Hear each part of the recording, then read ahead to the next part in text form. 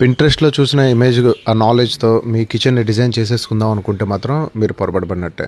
ఈ చిన్న చిన్న విషయాలు మనం ఫాలో చేస్తే సెమీ మాడ్యులర్‌ని కూడా మనం మాడ్యులర్ లుక్‌లో మనం చూపించొచ్చు. సో, ఈ టిప్స్ ఏంటన్నది మీరు ఒకసారి ఈ వీడియో పూర్తిగా చూసినట్టయితే మీ కిచెన్‌ను కూడా పింట్రెస్ట్‌లో ఉండే ఇమేజ్ లాగా మీరు కూడా కన్వర్ట్ చేయొచ్చనమాట.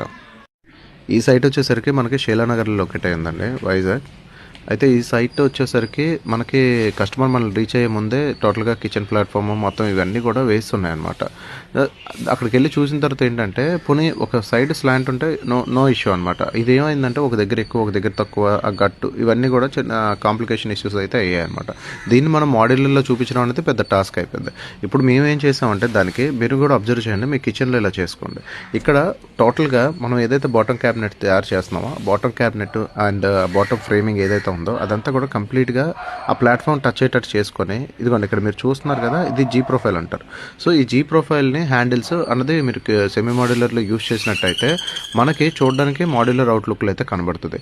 ఇక్కడ మేము ఏంటంటే డోర్స్ ప్రొఫైల్ తర్వాత ఏం చేసామంటే కంప్లీట్గా ఒక మెజర్ చేసుకొని ఆ మెజర్ అంతా కూడా ఒకే లెవెల్ వచ్చేటట్టు, ఒకే లెవెల్ కనబడేటట్టు మనము కట్ చేయడం అయితే జరిగిందనమాట.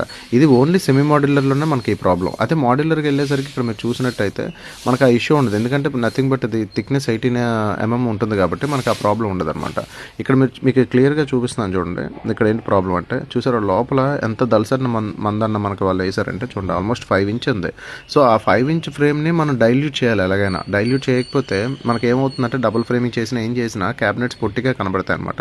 అలా కనబడకుండా లాంగ్ డోర్స్ లాగా మనకు మాడ్యులర్ లుక్లో కనబడడానికి మనం అయితే ఈ విధంగా అయితే ఇక్కడ చేయడం అయితే జరిగింది.